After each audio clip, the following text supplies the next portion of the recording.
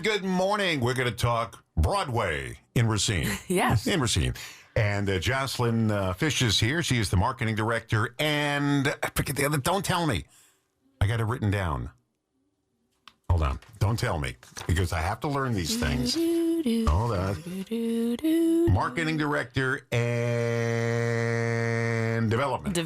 Marketing and development at the Racine Theater Guild. And also a good egg. Always comes in, does a great job for us here.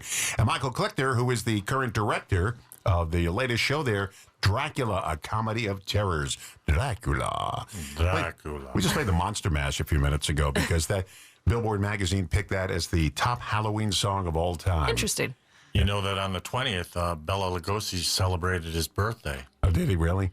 I have no idea how old he is, but, you know, he's Dracula, so he's immortal. Yeah, so right. And they actually buried. We had a story about things strange people were buried in their caskets and stuff. And of course, he was number one. He got buried in the cape that he used.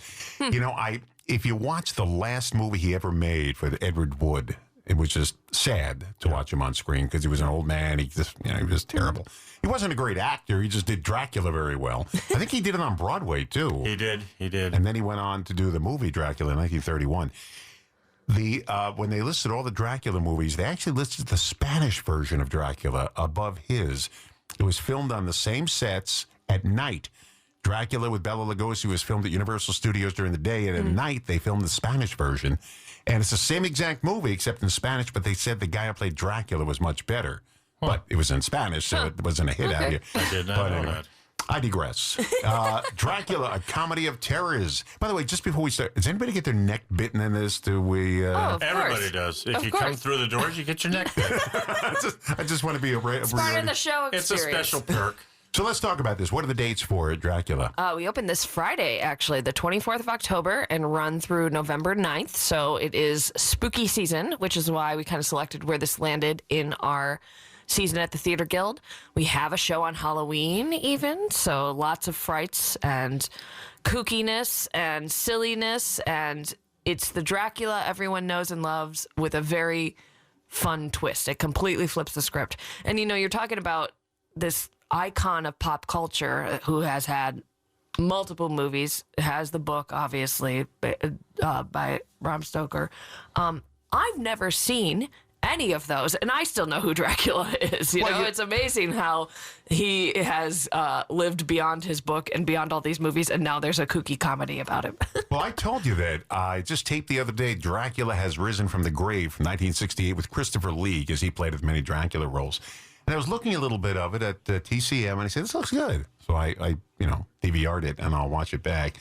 I think the best Dracula was the original, because it was spooky. The rest of the Draculas, you kind of knew, but there's no stopping him. Dracula meets Frankenstein. I mean, Dracula meets the Wolfman. Dracula meets the Bowery Boy. And in Abbott and Costello meet Frankenstein. There's Dracula in that. Yep. So it never stops. So this is a comedy? This is a comedy. Okay. So it takes a lot of the things you know about Dracula, about mirrors, about garlic, about stakes in the heart, and it pokes fun at all of the absurdity of a vampire, kind of, I guess, is the best way maybe to sum it up. Now, did you have to get a new Dracula for every performance? Because after you drive the stake through the heart, Who says he dies? Well, the stake through the heart, he does die. If you pull the stake out, clearly from all the movies, he gets resurrected. Oh, so that's what you did. Okay, I was wondering if you had to have like 10 Draculas. We have to get new Minas and Lucys because those are the women he bites, but yeah. Now, how many shows have you directed for the Guild? Oh, boy, 8? I don't know. 10? Maybe 10 Something or like more that. at this time. But I was an actor at the Guild, and I also was the technical director there for a long time. So Name a show you were in. Maybe I can remember it. Because I've been going for... Of Mice and Men. Okay, what else? Keep going. Greater Tuna. Oh, yeah. Yeah. Six Rooms Review. How the Other Half Loves. So you understand the actors, the way I they do. think. Okay. I do. And before we went on the air, I asked you, when the auditions come up, you have a lot of people auditioning first, though? We Yes. do. Yeah, For this show, I've had more than most of my other shows. Yeah. It's not in my wiring to make people feel bad. I don't do well at that. And you got to say, next. I mean, you're breaking someone's heart. It's not like it's, Broadway where their careers are depending on it. A lot of these people have other jobs, obviously. But still, you got to say no. I just can't bring myself to say that to people. I'm just I'm not a person who can make people feel bad. You have no problem with that, right? Well, I don't. I mean, I also used to work at the University of Wisconsin Parkside in the theater department, and we taught our students that more often than not, they're going to hear the word no more than they're going to hear yes. Because you're not always 100% right for every role. Every actor thinks they are right for every single role, but they are not. And as an actor myself, I know that. As if you're going to be an actor, you have to know that sometimes you're just not going to be in a show. So it's not like, you develop a fairly thick skin. They go in knowing that they may or not make it. Right. The hope is they will make it, but 99.9% of the time they won't be in a show. Right. Well, and at the Theater Guild, we're lucky because a lot of these people come back and then they're in the next show. They don't get this one, but they get the next one, or they just try again. And so we're very, very lucky that we have so many people that are even willing to take the chance to audition, because that's a very scary process. This particular show is all brand new people. They've never worked at the Theater Guild before, but they all have worked at similar theaters elsewhere. Some of them worked in Kenosha at the Rhodey, and some of them have worked in Milwaukee.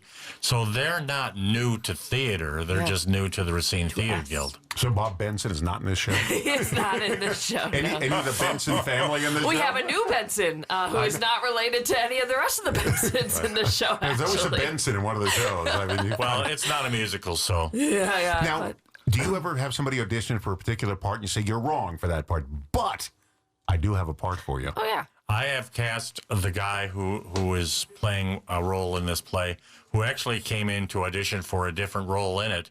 And I said, no, you'll be much funnier in this other role as Mina or Dr. Van Helsing. But he really wanted to be Jonathan Harker.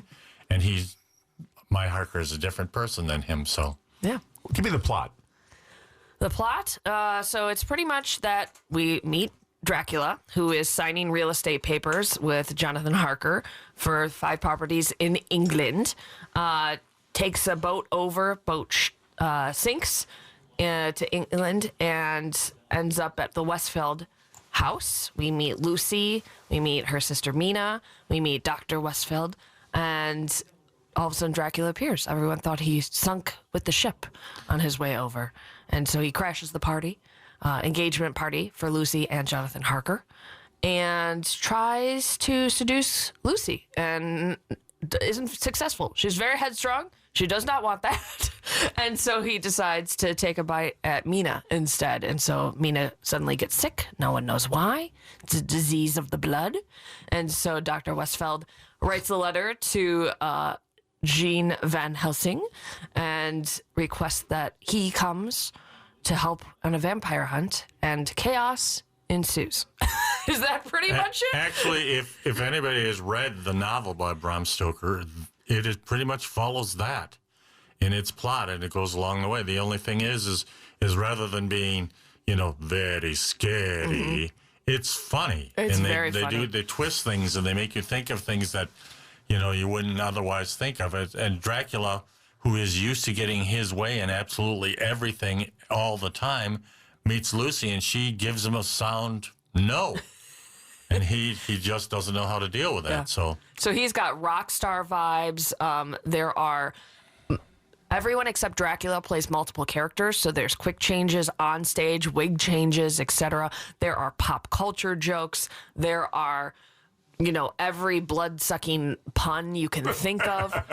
It's just chocked full of little quips and things that just make it so entertaining. And these actors are running with it because this is a marathon. It's about an hour, 45 minutes. It's running nonstop. They are running around the stage, making jokes, getting in and out of costumes. It's lots of fun. Martin Landau won an Oscar for playing Dracula. Do you remember that? Oscar? Yeah.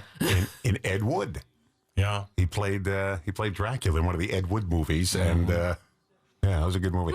We're talking to Jocelyn Fish and Michael Klickner from the Racine Theater Guild. We're talking about their newest production, opens up Friday, Dracula, a comedy of terrors. But before we get back to that, the Children's Theater has a production coming up, And the next show there is November 14th. Yes, 14th through the 16th is the musical adventures of Flat Stanley Jr. And She's got this memorized. That's good. that is based off of the children's book that came out after I was a kid, but like every kid now knows it, about Flat Stanley, who is a 2D boy in a 3D world who travels the world as a cutout figure. So actually, Gilmore Fine Arts right now is preparing that show. They this is the fourth year that we're working with them, where they have an after-school club that these kids get to join and audition and rehearse after school, and then they come over and perform it for the public in November, which is great.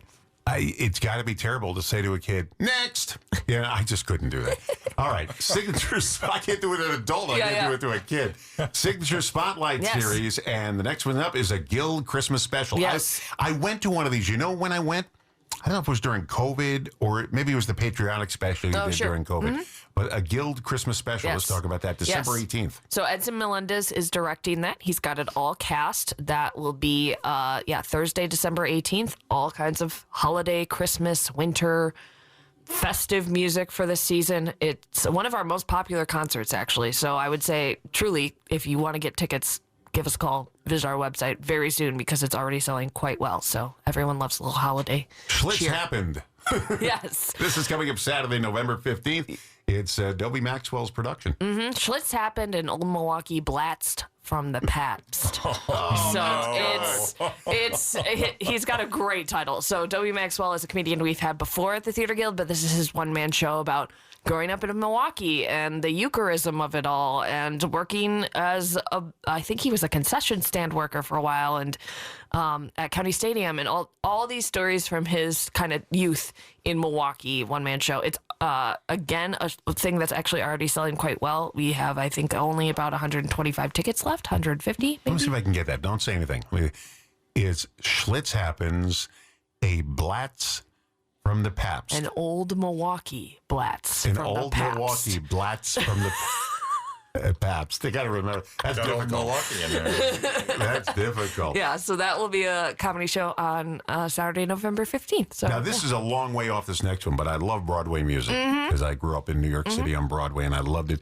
The music of Lerner and Lowe's coming up. I remember it well. That's in June. That's in June, all the way in June. Kathy and Greg Berg are actually directing that one together. Oh, wow. Okay. So they will, we don't have audition dates set, but if people also are interested in singing, they could be a part of that concert. But yes, the wonderful music of Lerner and Lowe, who gave us Brigadoon and My Fair Lady and Gypsy. No, not Gypsy.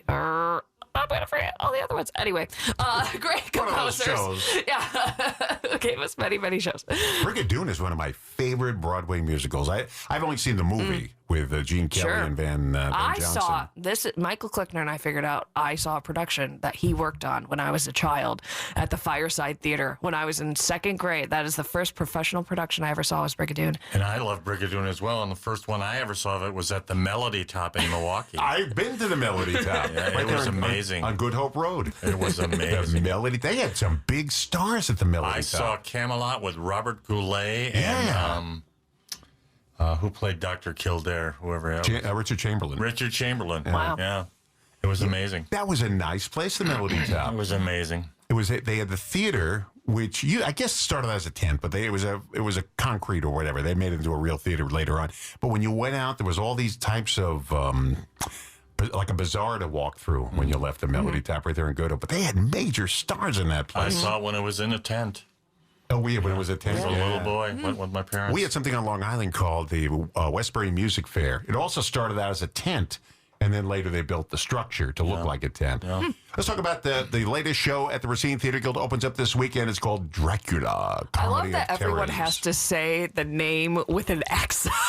You can't gotta just say Dracula. You have to say Dracula. No. You say Dracula. it's Dracula. It's Dracula. Dracula. Which is actually Bela Lugosi's. That's the way he said it. That's what he said. So we all say that now. Those of us who grew up with Universal I am Monsters. Dracula. Even in Abbott Costello Meet Frankenstein, he said that I am Dracula. Real guy Dracula. He was a real person, but he wasn't called Dracula. He was called Vlad the Impaler. in Romania. In Romania, he was basically a warlord who defended his country and his people. And his claim to fame that he would put people on stakes Oh. stab them and let them sit there, and the stake would slowly work its way through their body. Hence the impaler. I got it. Impaler. Interesting. Yeah. In Transylvania, Romania. Yeah. So, when And now it's was- a fiction. Vlad Dracul, which means the dragon. Ooh. So look at you bringing us a little history lesson here. But this is not that Dracula. No. Now, you said there were a lot of people playing Dracula in this show? no, Oh, okay. there are 5 actors total in the entire play. Yeah. One person plays Dracula, and he's Dracula throughout. The other 4 people play 14 to 15 different characters. So they have to make a lot of quick changes and things. And it's not like we're trying to disguise the fact that they're labeled actor 1, 2, 3, 4.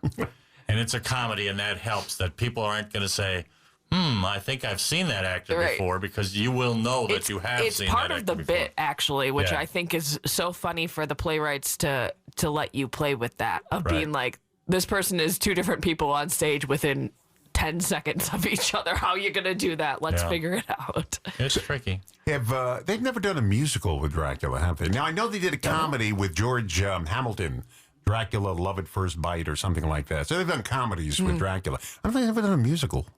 I don't know. I don't know. Yeah. I don't know. Maybe you guys can be the first. Have Michael write the musical, and it'll be a premiere we go. production. Well, It'll I'm be a director. I'm not a writer, but I'll direct it. the musical. So, again, this opens up Friday night, and it runs through... November 9th. No, oh, it's a long-running one. It's a Okay. 3-week run. Yep. So lots of opportunities to get tickets. Top ticket price is $20. You can get it at the Racine Theater Guild website, and or give us a call at the box office. And let's run through this again. Yes. You know what I'm going to say. Yes, I do. Only get tickets through one of 2 ways, either racinetheater.org or at the box office. Don't go any other place. No. You'll see people selling them for like triple or quadruple the price. Correct. You should never have to pay more than $20 for a ticket. Right. And that's for, the play. Musicals might be a little more. Yep. But you only get them through Racine Theater. Actually, 3 places. RacineTheater.org, the Racine Theater Guild box office, or winning them here on WRJM. Right. Right. Yes. Because my tickets are legit. You get them free. And we're giving away a pair. We'll do it in the 8 o'clock hour this Excellent. morning. Give away a pair to Dracula, a Comedy of Terrors.